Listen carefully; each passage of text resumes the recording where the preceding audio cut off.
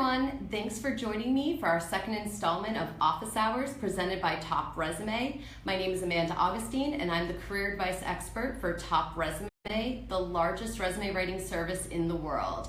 You can request a free resume review at any time by visiting topresume.com. To give you a little background on me, I'm a certified professional career coach and resume writer. I've been in this industry for almost 14 years now, and I joined the TopResume team almost 2 years at this point. So together with TopResume, our goal is to host at least one live event every month so that you can ask the job search questions that really matter to you.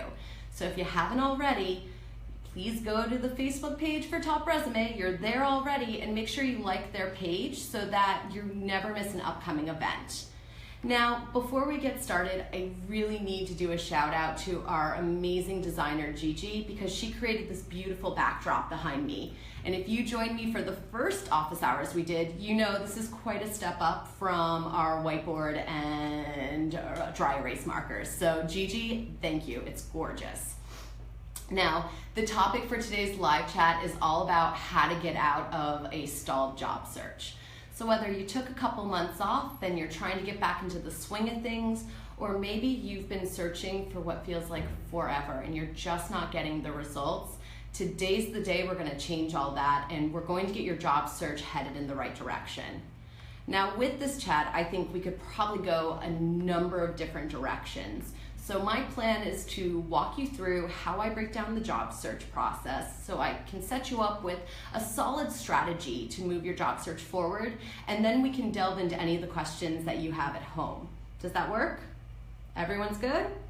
All right, if you're just joining us, my name is Amanda Augustine. I'm the career advice expert for TopResume, the largest resume writing service in the world. And you can request a free resume review at any time by visiting topresume.com.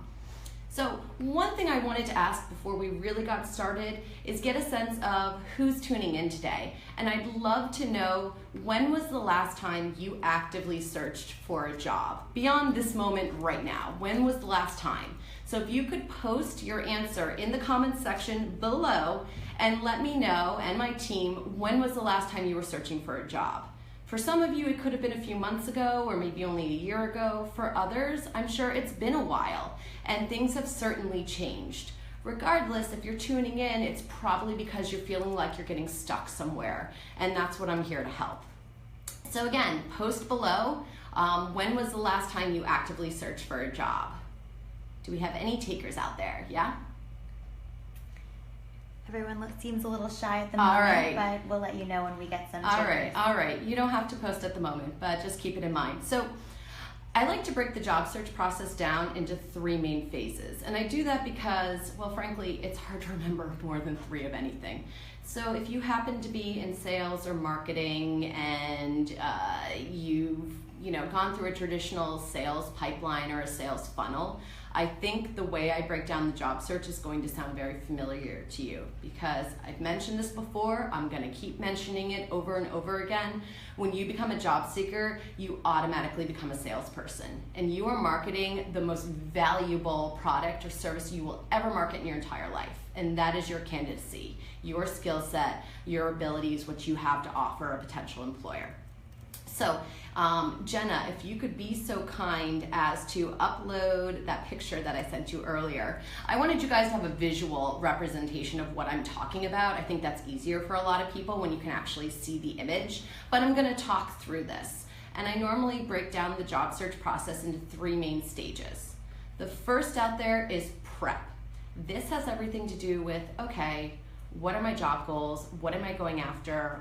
What am I qualified for? Do I have the skill set to pursue this? If not, what am I doing to get there? It has to do with creating all of your, what I call your personal branding materials. Because again, as a job seeker, you're in the business of advertising your skill set to potential employers. And the ways that you do that are online, on paper, and face-to-face. So let's start with more of the paper and the online stuff. First, there's your resume and your cover letter. Then there's your online presence. When you Google yourself, what do you see? Do you have a LinkedIn profile? What social media sites are you on? Where have you uploaded your resume or created a profile? Also, there's this idea of gathering your references. Who's going to vouch for you? Who's going to advocate for you on your behalf? And you want to gather them well before you start applying to jobs so that you know you have those people in your pocket. And if, God forbid, at the last minute somebody asks, okay, give me your references, you know you're set. Then the second stage is search. And I think a lot of times people kind of jump into the search, they tweak their resume a little bit and then immediately start pursuing job leads. And they get themselves kind of stuck because they haven't thought through really what are their goals, what are you going after this time, and do all of your marketing materials, your personal marketing materials, actually line up and support that new goal. In the search process, this is the pursuit of job leads, very similar to the pursuit of sales leads. And there are three main ways to go about that. There's applying for and following up with online job applications. There is engaging with recruiters. And that means actively reaching out to recruiters, not just waiting for them to speak to you. And then there's leveraging both your personal and your professional network. And I think people forget how valuable their personal network can be because you never know whose friend of friends, brother's girlfriend knows in your industry, and that's something to really leverage. The third phase is all about closing, and so that has to do with going in for the interviews, following up effectively, negotiating the right compensation package, and then onboarding, which is really the first 90 days of any new job. Because I always think of those first 90 days as an extension of the job search process. Now, we're not really going to focus on onboarding because obviously that's not where we're at today. I'm not even really going to focus on the negotiation piece because, again, if we're talking about where you're getting stuck, it's probably not because you're getting stuck negotiating for the best compensation package possible, right? So I think the majority of our focus is going to be in this prep and search phase, and then also interviewing. I think that's going to be really important. But that is the general breakdown.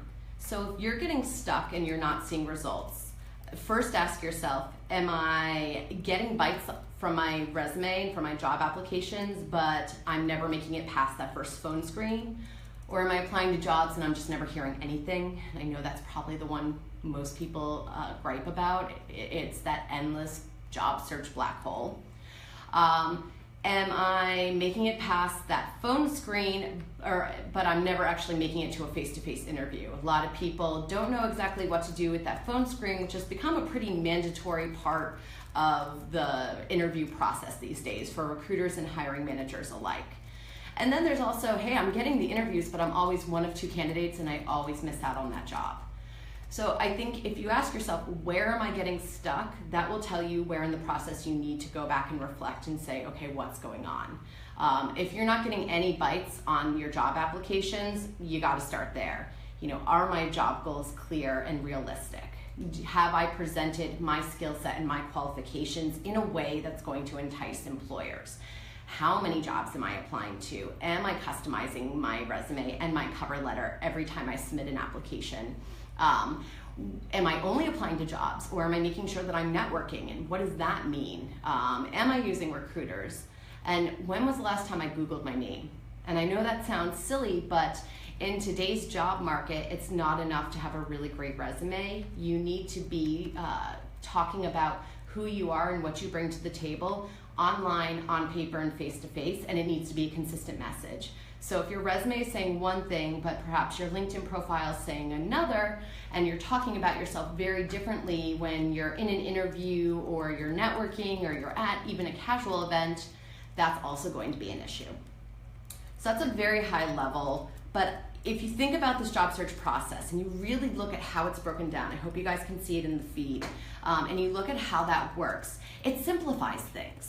There are steps to take. We actually have something that we call the job search action plan. And I'm gonna ask Jenna if at some point, it doesn't have to be at this moment, but at some point during this live chat, if we could post the link for that Jumpstart job kit. That was a tongue twister. The Jumpstart Your Job Search Kit. It basically takes you through all of the steps in prep to get you ready to then pursue different jobs.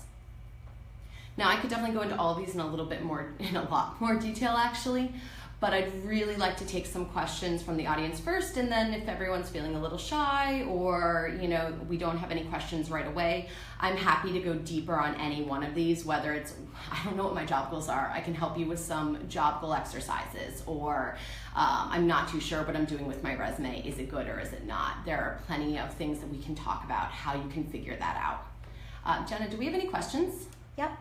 Mike asks, I'm getting calls from recruiters, but they're never for the right jobs. I'm not sure how to fix this.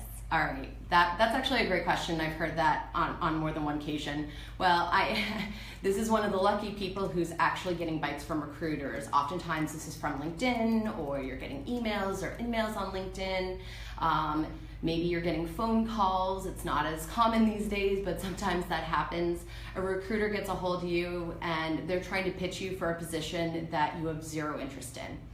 If you're getting that frequently, I'm gonna say that however you're positioning yourself, however you're presenting your work history and your background, it's not clear to the recruiters. So whatever's in your LinkedIn profile, whatever on your resume, wherever they're finding you, it's setting you up for what seems like a very different role. And this is really, really common if you're trying to make a career change. And that's one thing I think about. If you've decided you want to switch industries or switch functions, you've been more technical and you want to go more into management or vice versa, what you need to think about is take a step back, reevaluate all of your previous experience, the courses you've taken, the professional development opportunities you've taken advantage of, your education, everything that was a selling point on your old resume or your old LinkedIn profile, and reevaluate it and say, okay, what about each of these can help support my new goal? Because at the end of the day, your LinkedIn profile and your resume are just pieces of advertising. They are positioning your career story one way. And so you want to make it very clear, what is my goal and what about my previous experience, even if it isn't a perfect matchup, what about that has helped prepare me for this other type of role?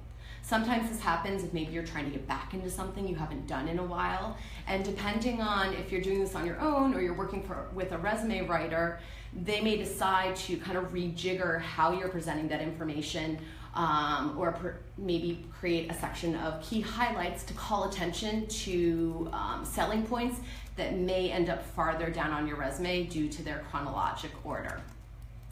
Other things to keep in mind. If a recruiter reaches out to you and they're like, this is the job I have for you, it's great, and you're like, yeah, that's not anything I'm interested in, the best thing you can do is pay it forward. If you know somebody who would be a good fit for that role, definitely respond to those recruiters. Even though I know it can be really annoying, you're like, seriously, look at my profile, this doesn't even make sense. Why are you reaching out to me? The best thing you can do is reply and say, thank you so much. I'm actually looking for this type of role in this type of area. If you have any position like that, I do have someone, or I have 2 names that I could recommend. Here are links to their profiles on LinkedIn, or I can pass along their information if you'd like to speak with them. Because if you pay it forward, you're building rapport with these recruiters. They're running around trying to fill a number of positions all at once. Yeah, sometimes they do a mass message and they hit the wrong people. I know it happens, and I know how annoying it is, because God forbid you ever did that, right? When you heaven forbid you sent a generic cover letter, a generic resume that wasn't positioned for the role you were targeting in a job application. So I completely get it. However, this is the reality of the job search. But use that as an opportunity. Instead, use it as this one moment where you can actually connect with that recruiter, and if you can provide some sort of value, they're much more likely to remember you, and it gives you that opportunity to say, thanks, but here's actually what I'm looking for. And you can then get in their quote-unquote Rolodex. So the next time they do have a position that makes sense for you, hopefully you're going to be the person they think of. I hope that makes sense. Yeah? Absolutely. All right, great. Thanks, Jenna. All right, on that note, I'm just a little more caffeine, guys. All right, do I have another question? You do. Sharon asks, how do I market myself as a seasoned professional without a degree? That's a good question. Okay, so the question out there is, I've got all this great experience, I'm much further along in my career than the average, entry-level college grad. I don't have the degree. How do I get around that? I think the best thing you can do is, yes, put out your applications where they make sense, but this is when you really want to leverage your network. You're 10 times more likely to land a job when your application is accompanied by a referral or some sort of employee reference. If every job description you see says the degree is absolutely required and mandatory, frankly, just submitting your application isn't going to get you far, because they're going to rule you out through their applicant tracking system, which is the software that they use to screen out and filter applications and put the ones that rank higher on their list and filter those over to the hiring manager or the recruiter. So that's going to be a challenge that you're going to come up against. The one thing I would say, there are a lot of job listings out there that I've seen that say degree or commensurate experience or equivalent experience, something along those lines, which means the degree is nice, but they really care about what have you done. And frankly, if you're good at what you do and you have a track record, there are only some organizations that are going to be really sticklers for the degree. People care a lot more about what have you done, what have you accomplished, what results can you point to, how have you leveraged the skill set and experience you've built over time, and what have you been able to do with that. And most importantly, what have you done with it most recently that applies to the job you're looking at now. So please keep that in mind. There's a reason that after you're beyond that entry-level candidate, that your education goes to the bottom of your resume, because recruiters don't care about it as much. They much more care about what are your best selling points, which is really what have you been doing lately. So make sure that you're highlighting how you've been making things happen in whatever role you're holding, or depending on the role, maybe it's just how you've been contributing. If you don't show up to work one day, what doesn't get done? What's a problem? What's going to fall through the cracks if you're not there to make sure it's happening? Because that's where your value lies. So keep that in mind. Something else I put out there is that thanks to technology, you can invest in free or low-cost courses all the time online, right? There's Udemy, there's Skillshare, there's lynda.com, there's edX, there's Coursera. There's a number of sites out there. So without spending a ton of money, you can show how you've been developing your skill set in more of an academic, quote unquote, environment. And you can put some of that information down in, and I would call it the education and professional development section at the bottom. So it shows that you have been actively gaining skill sets, and if there's a certification that really makes sense, that's something to look into. But again, beyond structuring your resume to make sure you're highlighting your best selling points, which is your experience and the knowledge you've built over the years, you do want to leverage your network. And so if you've been just relying on job applications and you're feeling like you're not getting anywhere, I think this is the time where you have to say, all right, how much have I really been investing in my network? And I know I say networking and everyone's like, what does that mean, right? It doesn't mean just joining LinkedIn. It doesn't mean randomly sending connection requests on LinkedIn. It doesn't even mean showing up to an event, standing in a corner and not doing anything, or collecting some business cards and then not following up.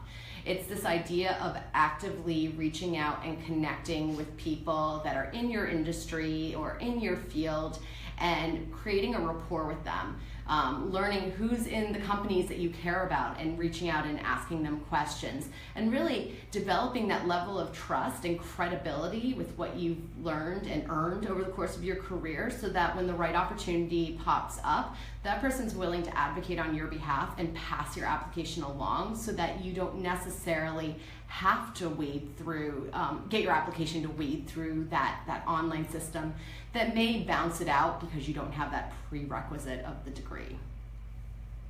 Something I'd like to throw out there to the rest of the audience. Do we think we're in a chatty mood at this point, or should I save it? Yeah? All right, I have a question for everyone. So unless you're entry level and you've never had a job before, this question applies to everybody.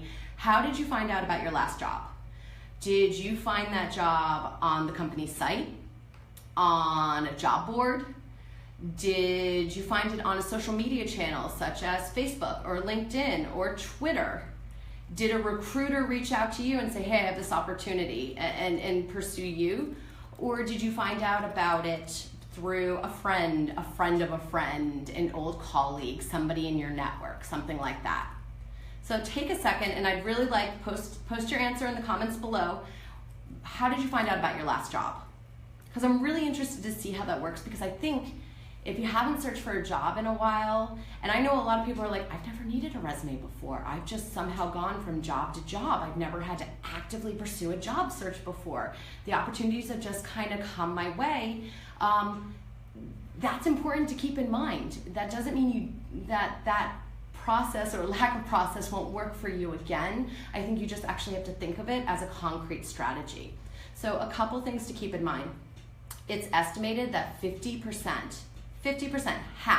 half of the jobs that are available today will never be found online. They're not posted anywhere. You're not going to see them anywhere in the World Wide Web. The only way you're going to find out about them is if you're talking to people in your own company, people that you've worked with in the past. That's one of the reasons to stay in touch with people as you leave a company or as other people leave the company, because if you worked well with somebody in the past and an opening opens up at their organization, you want to be someone they think of top of mind. I can't tell you how many times, whether it's been on a consulting basis or full-time basis, that I've actively tapped people that I've worked with in the past and said, hey, I've got this project, you have the bandwidth, because I already know how to work with them. I liked working with them. They're who I think of. So don't discount those relationships, because a lot of times those roles are never posted formally. No one's going through that process and putting them on a job board. The other thing to keep in mind is that 2 independent studies that I know about, one was by JobVite, which does some really great white papers. I highly recommend checking out jobvite.com. It's more of a recruiting software kind of company, but the surveys they do are all about behaviors of recruiters and kind of give you insight into how they operate, so you know how to operate on the other end. But also there's a company, or more of an organization, by a guy named Jerry Crispin called Crossroads. It's with an X, Roads. And both of those organizations came back with the exact same stat, which I find very interesting. The study's a little old, it's a few years at this point, but I still think it's incredibly relevant. You are 10 times more likely to land the job, not the interview, but actually the job, when your application, and this could be through online or sending an email and passing it along to a friend, if that application is somehow accompanied by an employee referral. And I think that's so incredibly important, because when you look at that 3-step process I talked about, and you look at that middle section, which is search, there are 3 different ways to go after jobs. You can apply to them online. You can leverage recruiters, actively seek out recruiters who are in your space or actively posting jobs that make sense for you. And you can leverage your network, both personal and professional. And I think it's really important to note that you never do one of these in a silo. It's really a combination of all 3 that's going to work best. And you're going to learn some things work better for you than others. I would recommend you really have to actively apply to jobs online, at least for a couple months, where you're maintaining a momentum every single week, and you're keeping that pipeline of jobs steady before you can necessarily give up on that. I think you really got to give networking a chance, and I think you really have to give reaching out to the right recruiters, depending on your level of experience. You got to give all those a chance, but when you combine them together, that's when you get the best results. So apply to the job that you find online, but do an advanced search on your LinkedIn profile, or go through your electronic Rolodex of sorts and figure out who in the world do you know who currently or previously worked at the company you're interested in. And reach out to them and say, hey, I found this opportunity, I'm kind of interested in it, but before I submit my application, I wanted to get a sense of, how do you like working there? What was your experience there if they're already gone? Love to pick your brain for 10 minutes over the phone just to get a sense of if this is a place that I should be pursuing. This is good because this will help you decide, okay, really, is this application worth my time? Because maybe it's not. Maybe I'll find out something that means, yeah, I should steer clear of this company. But if not, you're reestablishing a connection with somebody who does work there or has ties there, and hopefully can pass your application along. So this may help you bypass that awful electronic system that's screening you out. Or if anything else, it will allow you to name drop appropriately, either in that cover letter or through that online application, where you can talk about who you know that works at the organization, and that's really helpful. It also gives you insights into, okay, how does this company operate? What is their normal, interview process like? What are things I should keep in mind? So I think all of those help get you further along. I think it's a pretty comprehensive answer, right? We're good there? Yes. All right, moving on to the next. What else we got? Well, just a quick side note. Layla Yes. asks if you can repeat the free online courses that you mentioned. Oh, sure. Okay. Sorry, guys. As you can tell, there's a lot of caffeine going on. Okay, so for different courses, there's a site called Coursera. It's Course RA. It's basically, think of it that way. There is Udemy, Udemy. I think I spelled that right. There's edX, EDX. I think it's edx.org. There's Skillshare. Skillshare is one that's very popular. And I think so far everything I've mentioned is free. Don't quote me on that, but I think they're all free. Lynda.com is Lynda.com. They are not free. LinkedIn bought them. So you'll get a lot of promotions if you're active on LinkedIn and you kind of look at Lynda. You may end up getting some sort of promotion or discount or email to you. So keep that in mind. The more active you are over there, they may try and win you back if you abandon the confirmation page or something like that. And then depending on where you're located, there are some that are in person. There's one called Course Horse. Course spelled like a college course, horse spelled like the animal. There's General Assembly, which is more about creative things, UX, product, tech. That tends to be that world. Also, don't discount a good old-fashioned Google search. And I think people, they're so dependent on knowing a specific site to go to. Run a Google search. Same thing works when you're looking for jobs. Everyone tends to go to the big job boards that aggregate everything. You may actually have better luck if you go to a niche job board. So for instance, if you're in higher ed, Google jobs for higher ed, or higher ed jobs, or jobs for college, and probably a site like higheredjobs.com will show up. And you'll find something that's more niche, and so it may not be as expansive, but chances are you will have to wade through a lot less junk to find the right opportunities that make sense. So definitely run one of those searches, and if there are any online publications in your field or function that you're already actively looking at, chances are 9 times out of 10, they have a job section. Most sites these days tend to have their own little section of jobs. Media Bistro has a really good section for media. Even a lot of membership sites now have a job section to them. So definitely check those out because those are really great leads. And if you're a member, chances are you know somebody who's also a member who may be associated with that company. And again, that helps with the networking. Awesome. We have a 2-part question from Dawn. All right, Dawn, lay it on me. She asks how to avoid age discrimination while starting a whole new career. Okay. And is it a good idea to work for a temp agency during your job search? 2 really good questions. I'll restate them just in case anybody didn't hear it. First is, how do you combat age discrimination in the job search? I would say in general, but she's asking specifically when you're trying to make some sort of career change. And then the second part is, is it a good idea to do temp work of any sort while you're looking for a job? 2 really great questions.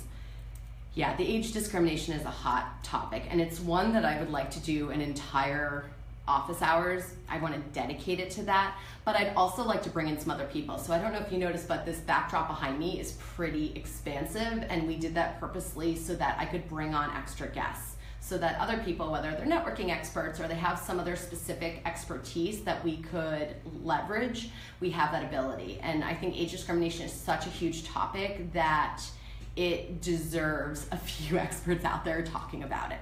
So for your question, there are a few things. One is make sure when you're putting your resume together and your LinkedIn profile together, both of which are incredibly important, make sure that you're not shooting yourself in the foot by dating yourself. And by that I mean, don't go into the nitty-gritty details of work that's 15 years or older. The only exception to that is if you are applying for a federal job, because federal resumes tend to be different, and the same thing goes if you're in academia and you're looking for an academic CV, even in the US, because those both take on completely different formats, and they want to see absolutely anything and everything that you've ever done. For a regular resume, you typically want to limit the experience to the last 15 years. If you have any degrees, definitely include them, but remove the dates if they're more than 15 years old. These are just quick little things, but the one thing I'm going to put out there is the networking is going to be really important. If you're trying to break into a new career, one of the things you're trying to prove to these people is that you're probably willing to take a pay cut, because that's, I think, where most people get into trouble. Whether they want to take a step back, take a step down, they want to move to an encore career, or they're switching entirely. To do that, there's compromises. And oftentimes the compromise comes down to your title and your pay. And it's really hard to convince somebody that you're willing to take a lower level job at a lower level pay that's probably a little boring and not as much responsibility if you've held that in the past, because they're assuming you're going to get bored and leave. Something that you may consider, and this is something you'd have a conversation with a professional resume writer with. This is actually one of those circumstances, if you're changing careers and you're doing something, or you're trying to move up the corporate ladder, this is when I think it's incredibly important to at least get a free resume review from a service like TopResume, or consider investing in a professional rewrite, because there's just all these weird little rules that you're not going to know, nor should you be expected to know, and they're going to have to play with how your resume is formatted in order to help you tell the best story. So even though I'm not a huge fan of functional resumes and I try and avoid them like the plague, in your situation it might make sense to do a non-traditional format for your resume, so that we're pulling the skills out that you have that are most transferable to your new career, instead of going through a long history that may not necessarily really show that person what you're doing. The other thing that I think is really important is, how are you investing in this new career? So what professional associations are you joining that are associated with this new career? How are you making inroads into that area? Are you willing to take, a non-paid, I don't want to call it an internship, but they do have adult internships, or it might be an apprenticeship, or look at, are there volunteer opportunities in that industry or in that function where you could start building experience that's very relevant to what you want to do, and you can put that at the top of your resume so that you don't necessarily have to shine as much attention on the things that aren't as relevant. And also the biggest thing and the best thing you can do is find a few people that are in the industry you want to go into, and make friends, man. Find that person, whether you went to the same school, you have mutual friends, you worked together in the past and they made this switch. Whoever it is, look for people who are doing what you want to be doing now or 5 years from now. And those are the people you want to reach out to and say, I'd just love 5 minutes of your time, or I'd love to treat you to a cup of coffee or a dinner or whatever it is, because those are the people that are going to help you understand, how do you pitch the skills you have today for the position you're looking at next. What about your experience is going to be considered most valuable or most desirable to your new target audience, which is this other type of employer. And they're also going to be the person who can level with you and say, listen, this is where the skill gap is. You really need to fill this in some way, shape, or form.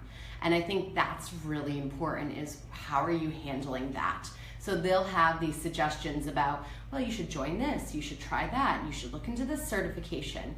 But you're going to have to pursue those things. And I really think networking is going to be your way to make those inroads, because yeah, if your resume is never a perfect lineup to support where you're trying to go next, and if you are also trying to combat age discrimination, who you know and who's willing to advocate for you and give you that opportunity is going to help you, because the straight up job application is probably going to hurt you. Or I'm sorry, not hurt you, but it's not going to move your search forward. Does that make sense, Dawn? I know it's probably not what you want to hear. Like, why can't I just apply to jobs? This would be easier. But I think for anybody, if you're just applying to jobs and you're feeling stuck, that's probably why, because that's one piece of a 3-part puzzle when it comes to pursuing leads. And that's what's going to be important. I would also look for opportunities of just where can you gain the experience you need, even if it's free. Your second part of your question, should I do the temp work? And that could be anything from, temporary staffing, typing, that sort of thing, admin work, to doing some consulting stuff on the side, to, being an Uber or a Lyft driver, or doing one of those kind of gig jobs. Here are my thoughts on that.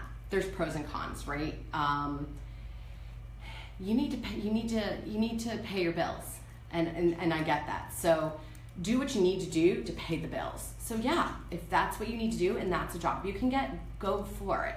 What I would recommend is if you're doing part-time work or temporary work, try and find something that's at least in the industry you want to be in. So no matter what it is, look for those opportunities where if you're going to work retail for a type of business that's somehow related to the bigger picture, to something you're interested in.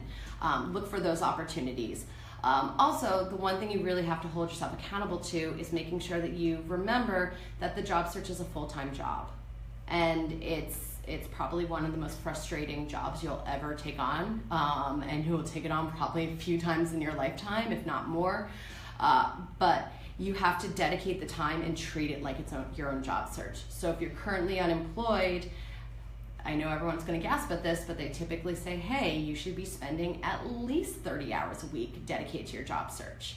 And that's not sitting there applying to jobs for 30 hours, my God, I mean, or my gosh, you know, that's awful. But keep in mind that there's more to your job search than just applying to jobs. There's the follow-up, there's the networking activities, there's the working on your online presence. What are people seeing about you? There's being active on the different groups that you're a part of. And again, it's finding other ways to find out about those job leads other than just looking on social media and on job boards. So keep that in mind. My biggest concern is when you take on a second job is that you lose sight of your primary job, which is to find the right opportunity. So as long as you can keep that top of mind and dedicate chunks of time, you know, every day or every other day, you should be fine. Do what you gotta do. But if you have the bandwidth to then do, whether it's a volunteer opportunity, I'm really into what's called skill-based volunteering. And, oh gosh, now I have to try and remember the name of the site. I want to say one of the sites is Catch a Fire, CATCHAFIRE,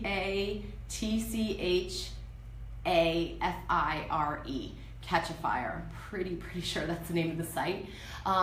If that's not it, yes, it is. Right. You can also Google skill-based volunteering. And the best thing you can do is find a volunteer opportunity that lets you leverage a specific skill set, because if you're unemployed right now, you can still put this as your experience. It's work experience. If it's allowing you to leverage the skill set that's valuable to the role you're going after, it doesn't matter if you're getting paid.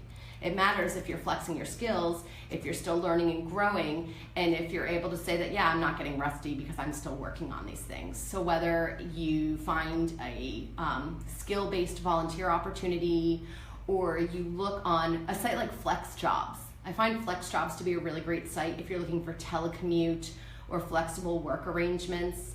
There's also a site called MomCorps, MomCorps. This is a great site for mothers returning to work that are looking for something that's a more flexible arrangement. These are all places where you can find work that might be short-term or just completely remote that may allow you to make some money on the side while you still actively pursue your job search, or find kind of a little consulting gig that will allow you to build some skill sets that you can add to your resume. I think filling the gaps in your resume is always important, because yeah, that's one of the issues that's going to raise a red flag when somebody looks at your resume, is what's going on with the gap. Okay, another question.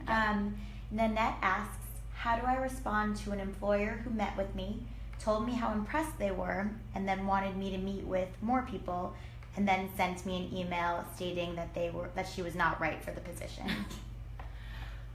Why do they do things like that? Really?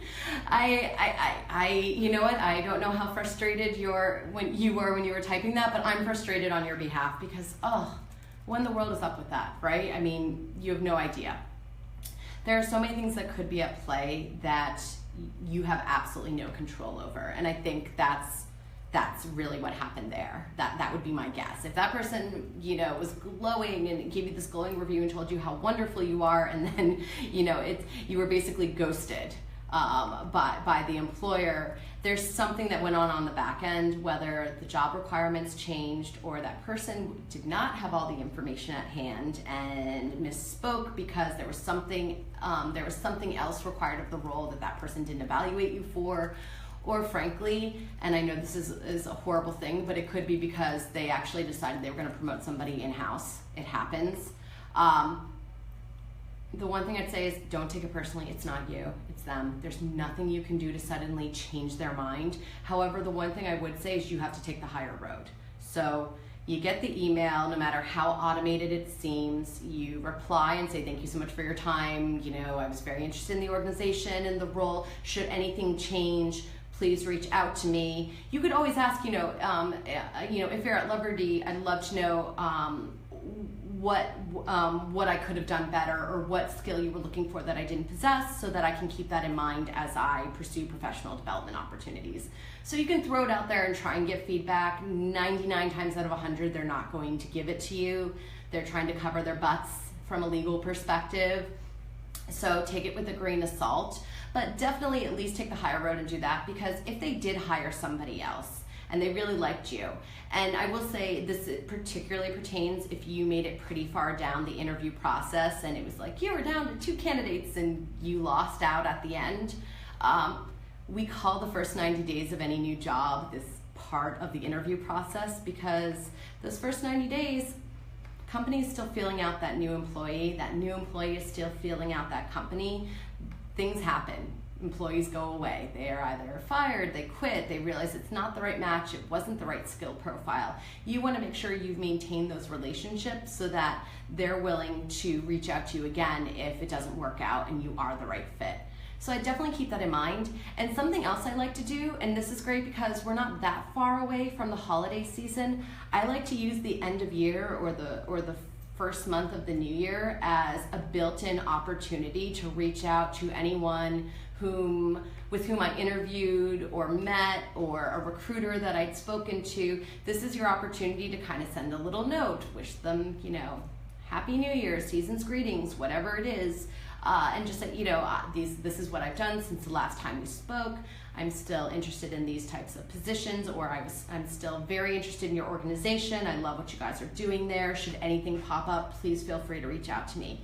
Just by doing that, you're making that connection again. You want to try and create those relationships. And if that one person you met with isn't the one who's sending you the note saying, sorry, you're not the right fit, reach out to them on LinkedIn. And again, take the higher road, say, it was such a pleasure meeting with you. I'm sorry things didn't work out. Still love the organization and the opportunity. Should anything open up in the future, please don't hesitate to reach out to me. All the best. And leave it at that and then move on. And that's why I always say the moment you get an interview and you get really excited, remember, an interview is not a job offer. So you get so excited, I don't care if you're in the 3rd round of interviews, the moment you get an interview scheduled, go apply to 2 more jobs. Go reach out to 2 more people in your network and start setting up, informational interviews or coffee dates and that sort of thing. Because it's just like dating. If you get too fixated on one, you obsess over it and you stop looking at your pipeline. And gosh forbid, I'm sorry guys, I know I gotta stop saying that, but if, heaven forbid, that opportunity doesn't work out and you haven't been pursuing other job leads, you're back down to 0. And I think that's one of the most depressing, kind of debilitating things, is when you were all hyped up for what you thought was a sure thing and it doesn't pan out. If you haven't been pursuing other leads along the way, it's really hard to force yourself to get back in there and to pursue new job leads. So please, please, please, do not take this one rejection personally. Take the higher road, shake it off, start applying to some other jobs. You never know, they might come back. Or you know what, they might not be the right company, because if they're that with their communication, you might not want to work there anyway. Great answer. So we have Rachel. And hi, Rachel. She's moving to a new part of the country for her husband's job and will be looking for a new job. Any tips for going about her search? But she also has noticed that companies on the West Coast seem more informal than she's used to on the East Coast. Yeah. Any tips for dressing for an interview at a more informal company? Rachel, you're the best. I love the five-part question. It's a really good one, and there are a few things there. One, whenever you're trying to change or find a new job and it's in a different location, if you have an address that's local, and again, normally it's just city, state, zip, I'd put it down. If you haven't moved yet, or you don't have an address, or you feel really uncomfortable doing that, it's better to leave the address off entirely. What I would make sure you do in the summary of your LinkedIn profile, as well as in the summary on your resume. That's the professional summary section where most people would put an objective. We put something a little different that's a bit more informative and written more for your audience, what the employers care about, and less about what you want to tell them. Make sure you put something in there that where you're pursuing roles, invested in finding a position in X area. And in your cover letter, make sure that you're saying something that says, my family is relocating to the West Coast for my husband's job. I'm very eager to find work there, that sort of thing, because I think it's really important.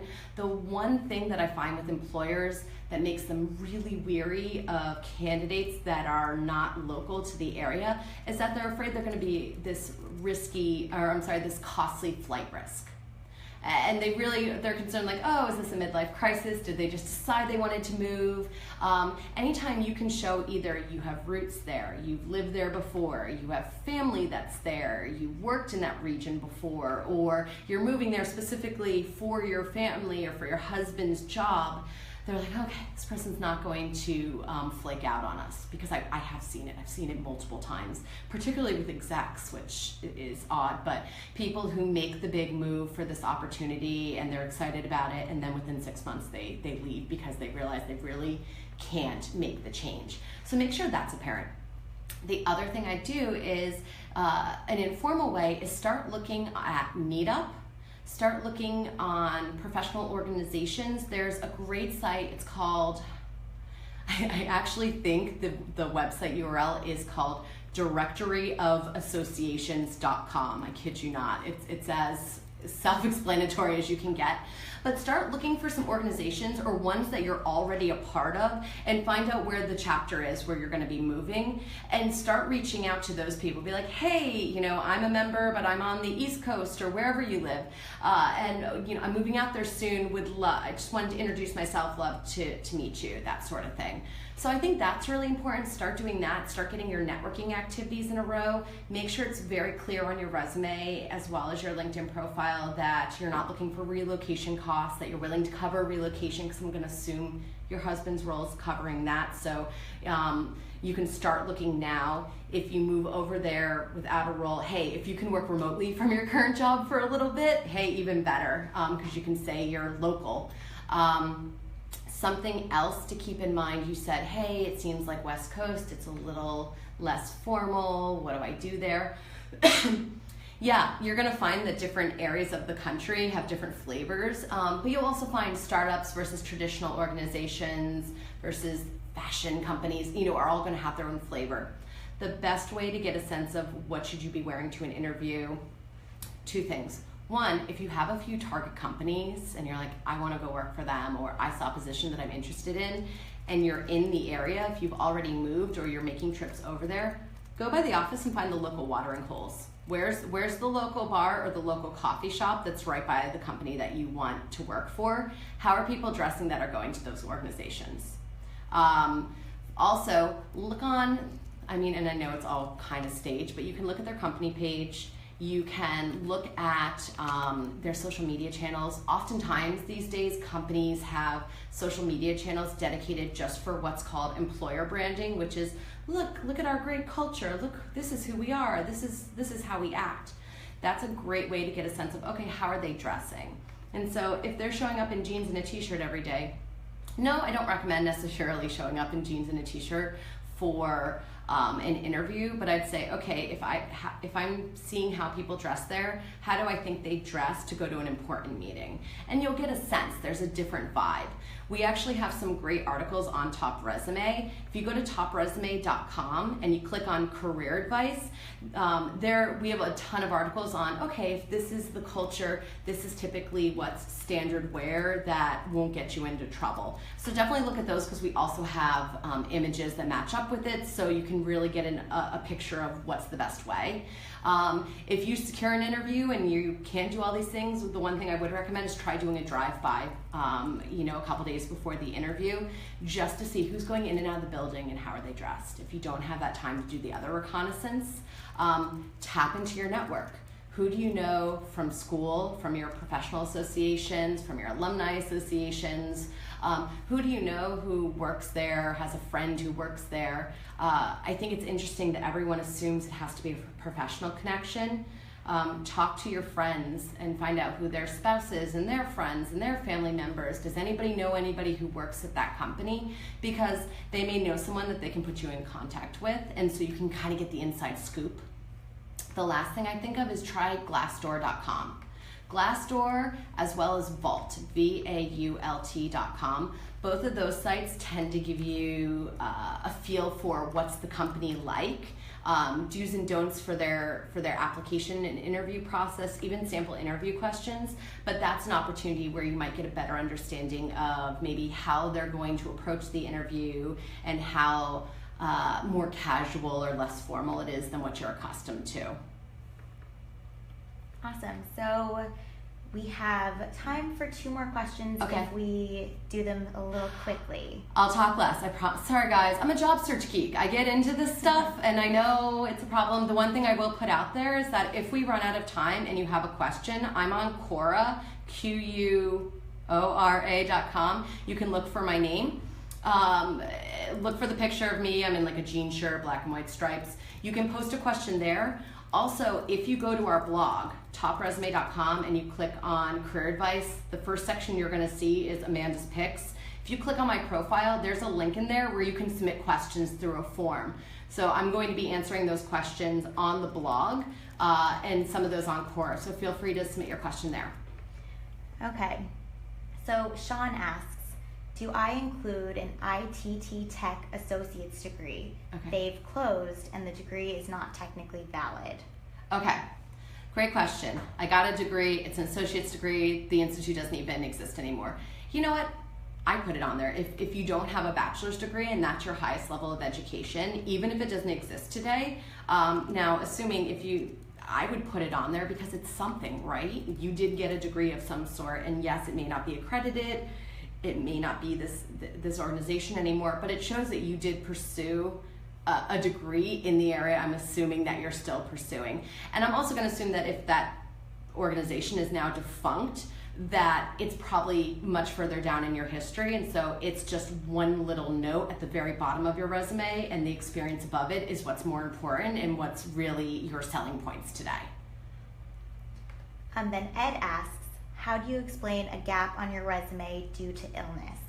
A gap due to illness. Yeah, that's a hard one. A couple things to keep in mind. You don't want to call a lot of attention to an illness, so I wouldn't necessarily put a note in between the years and say, was out of work due to X, Y, and Z, or recovering from X, Y, and Z, because it calls a little too much attention. I'd maybe make it just a brief one-liner in your cover letter. I would focus more on what you've been doing since then. If you recovered from your illness, and I hope you did, and good for you for getting back into the job search.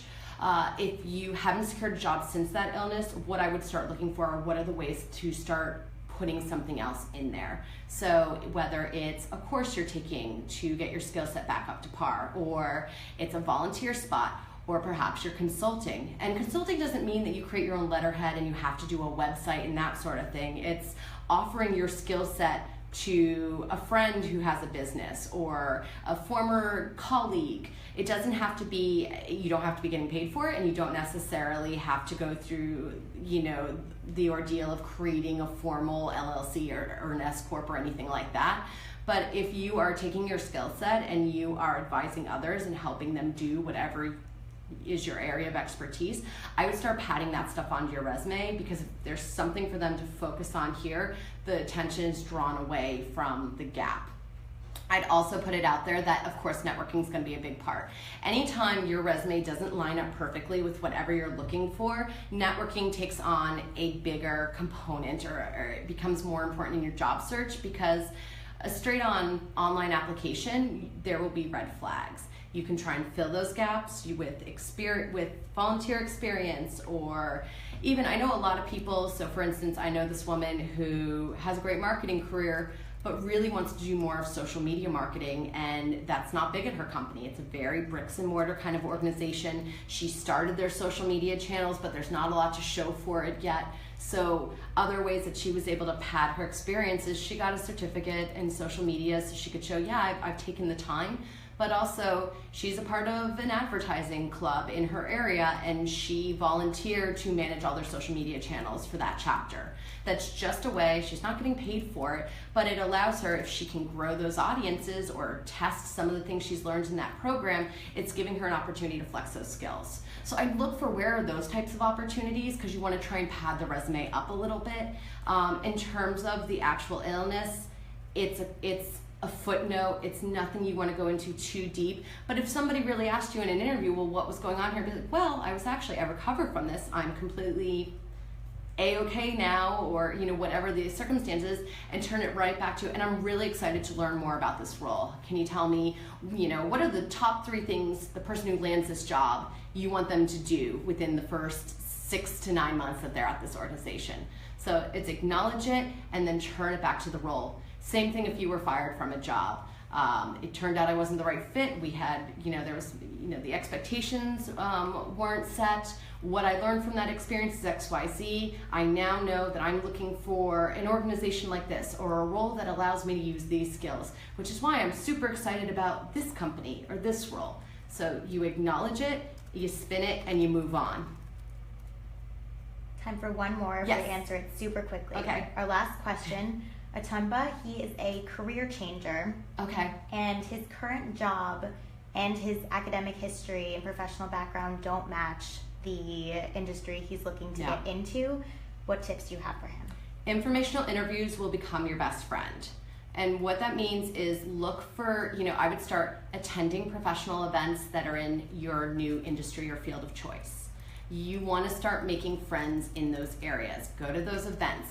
There's a really cool site. It's called 10times.com. The number 10, the word times, TIMES.com.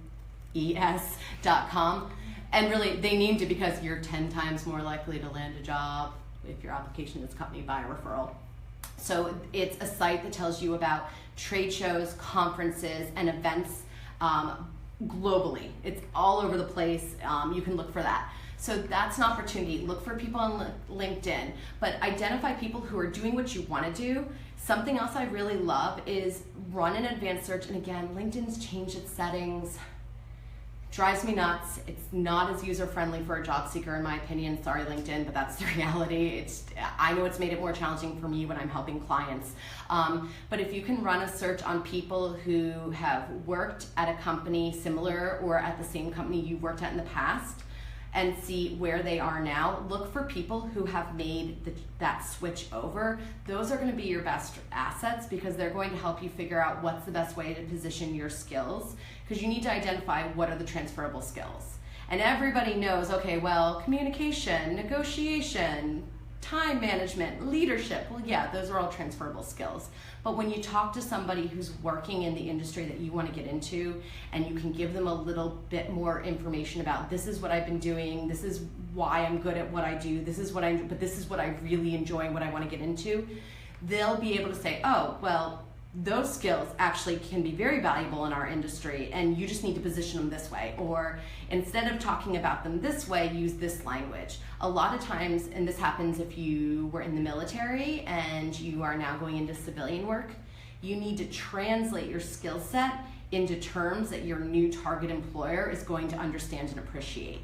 So that's a big part of it. How do you take your story? How do you take your experience, take a step back and be like, okay, now that I'm switching to something else, what are the most important features? What about that job speaks to what I want to do?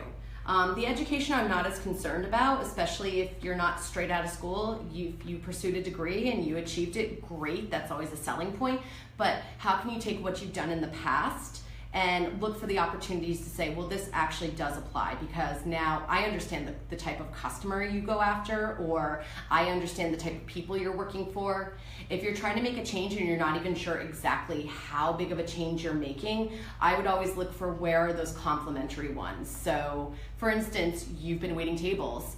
and you really want to go into sales, look for the companies that are selling to bars or selling to restaurants. Because you already know that industry really well, you're just going to a different part of that industry. So keep that in mind. Look for where the complementary services, and that's why I'll say talking to people in that industry is incredibly helpful. I've always found that where, for instance, job search and online dating, very similar, and people tend to move to both of those industries with their skill sets, particularly in product and tech and marketing, because they are similar business models. So it might be something you would have never thought of. I know we're out of time. I apologize. I will learn to give my answers faster and with fewer words in the future. I want to thank you all for joining me. Again, I'm Amanda Augustine, career advice expert for TopResume. We are the largest resume writing service in the world. If you want to take any of this information and work on your resume and you'd like a free review, please go to topresume.com, submit it for a free critique. And if you need more help than that and you want to bite the bullet and invest in your future, you can also go to that website and look into our paid services. Thank you so much. Like our page so you can find out when our next event is. Take care, guys.